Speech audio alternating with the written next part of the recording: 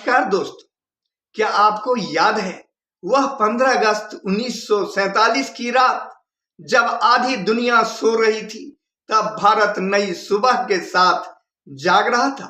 लेकिन क्या ये आजादी हमें आसानी से मिली? नहीं, यह खून से लिखी गई एक कहानी है जो 200 वर्षों की गुलामी के बाद उन वीरों की बदौलत हमें मिली, जिन्होंने हंसते हंसते फांसी के फंदे को गले से लगा लिया। आज हम उन अमर शहीदों को याद करें। 1857 से 1947 तक लंबे स्वतंत्रता संग्राम के बाद 15 अगस्त 1947 को अंग्रेजों से भारत को आजादी मिली थी। स्वतंत्रता संग्राम लगभग 90 वर्षों तक होता रहा। इस संग्राम में लाखों लोग शहीद हो गए थे। कुछ अनुमान के अनुसार शहीदों की संख्या 7 लाख से अधिक बताई जाती है। Dictionary of martyrs India's freedom struggle में 1857 से 1947 तक शहीदों की संख्या 13,500 से अधिक बताया गया है। स्वतंत्रता संग्राम में शहीद होने वाले प्रमुख व्यक्ति थे भगत सिंह, राजगुरु और सुखदेव, जिनको 23 मार्च 1931 को एक साथ फांसी दी गई थी और 27 फरवरी 1931 को चंद्रशेखर आजाद अंग्रेजी हुकूमत के खिलाफ लड़ते हुए इलाहाबाद के अल्फ्रेड पार्क में खुद को गोली मार ली थी।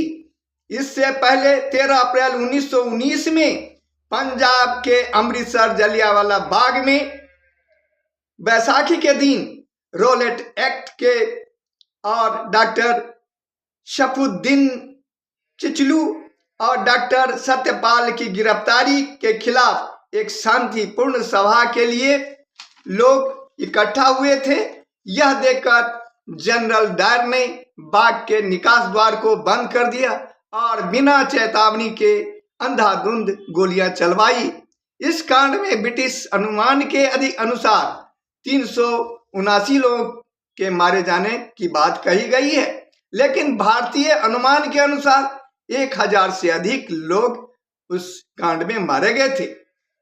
इस भीषण नरसंहार ने पूरे भारत में आक्रोश पैदा कर दिया और स्वतंत्रता संग्राम को तीव्र कर दिया।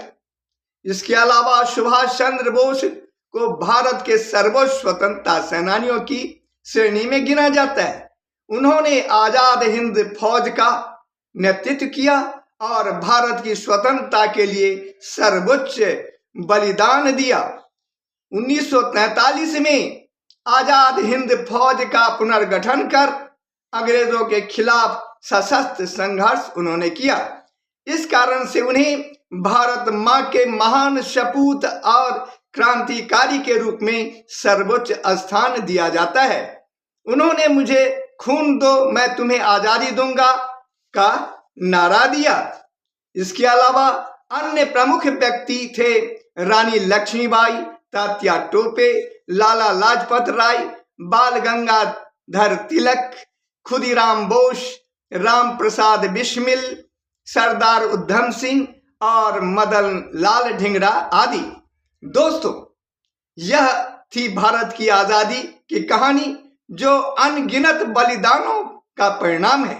हमें अपनी आजादी पर गर्व है और उन शहीदों का सम्मान करना चाहिए। अगर आपको यह वीडियो ज्ञानवर्धक लगा हो तो इसे लाइक करें, शेयर करें और चैनल को सब्सक्राइब करना ना भूलें। जय हिंद, जय भारत।